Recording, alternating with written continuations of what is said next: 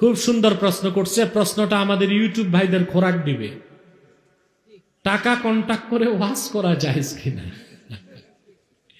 দেখেন, একটা হচ্ছে তাকওয়া আর একটা হচ্ছে ফাতোয়া। একটা কি আরেকটা? আর প্রশ্ন নিও না। আরেকটা হচ্ছে ফাতোয়া, আরেকটা হচ্ছে ফাতোয়া। ফাতোয়ার আলোকে বলা যায় যে হ্যাঁ, কন্টাক্ট করে ওয়াজ করা যাবে। শর্ত আছে। কি আছে?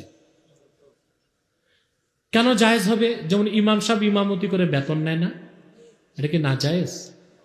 কথা বলেন। মাদ্রাসায় যিনি পড়ান দিনের কাজ করেন না, বেতন নেয় কিনা? জায়েজ কিনা? তো যিনি ওয়াজ করেন তিনি দিনের কাজ করছেন, তিনি কন্টাক্ট করে সেই দৃষ্টিকোণ থেকে টাকা নিতে পারে। কথা বুঝতেছেন? এটা হচ্ছে ফাতোয়া অনুযায়ী জায়েজ। এর উপরে তাকওয়া। তাকওয়ার আলোকে কোন হক্কানি আলেমের পক্ষে এটা শোভনীয় কাজ নয় যে সে কন্টাক্ট করে জুলুম করে টাকা নেবে। এটা তাকওয়া। এটা কি? তাকওয়া ব্যক্তিগত বিষয়, ফাতোয়া সবার জন্য। কথা বুঝতে পারছো? এখন কথা হচ্ছে, কন্টাক্ট যে বক্তা করবে তার দুইটা শর্ত পুরা করতে হবে, তাহলে জায়েজ হবে, নতুবা কন্টাক্ট করে ওয়াজ করা জায়েজ হবে না। কি শর্ত? বক্তা যখন ওয়াজে আসবে কন্টাক্ট করে যে আমি ওয়াজ করব 70,000 টাকা লাগবে, এটা হয়ে গেল উজরাত। এটা কি? আর বক্তা যখন চাইল না, কিছু আসলো, আপনি তাকে খরচ বাবদ কিছু দিলেন, হাতে খুশি হয়ে কিছু দিলেন, এটা উজরাত না, এটা হাদিয়া। এটা কি? আর যখন বক্তা কন্টাক্ট করে ফেললো, ওইটা আর হাদিয়া থাকে না, কি হয়? উজরাত, পারিশ্রমিক। উজরত বা পারিশ্রমিকের আবার দুইটা শর্ত, যেটা ইবনুল হুমাম হেদায়ার আরবি শরা ফাথুল কাদিরে উল্লেখ করেছেন। জায়েজ হবার জন্য দুইটা শর্ত, বা সামান উজরত হবার জন্য দুইটা শর্ত। এক, ওয়াক্ত মুআয়্যান, সময় নির্ধারণ, সময়। আরেকটা হচ্ছে সামান মুআয়্যান, অর্থাৎ টাকা নির্ধারণ করতে হবে। কিরকম?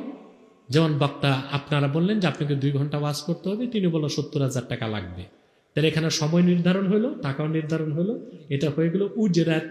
কি হলো? এখন যদি বক্তা এসে 2 ঘন্টা ওয়াজ না করে, এটা নেওয়া তার জন্য না জায়েজ, কারণ সে 2 ঘন্টা ওয়াজ করতে বাউন্ড। আর আপনি যদি 70,000 থেকে কম দেন, আপনার হবে না জায়েজ। দেখেন, চলে গেল বিষয়টা জায়েজ না জায়েজ? চলে গেল। 2, বক্তাকে আপনি আনবেন 2 ঘন্টা 70,000 টাকা দিবেন ওয়াজ করতে, সেখানে থেকে ওয়াজই করতে হবে। ওয়াজ বাদ দিয়ে 1 ঘন্টা আমেরিকা ঘুরছে, লন্ডন ঘুরছে, গল্প যদি কয়, ওইটা তো ওয়াজ না, আওয়াজ। তা আপনার থেকে টাকা নিল আওয়াজের জন্য না ওয়াজের জন্য? তাহলে এই শর্ত বক্তাকে পূরণ করতে হবে। তারপর যে কন্টাক্ট বক্তা যে করে, তার তো আবার অ্যাডভান্স লাগে। কি লাগে? কি অ্যাডভান্স? অর্থাৎ যখন আপনাকে দাওয়াত দিবে, আপনি দিবেন, তখন তো সে বলবে আমাকে অ্যাডভান্স দেন 30,000, বলবে না? আচ্ছা, মাহফিলের 1 সপ্তাহ আগে বাকি টাকা বিকাশ,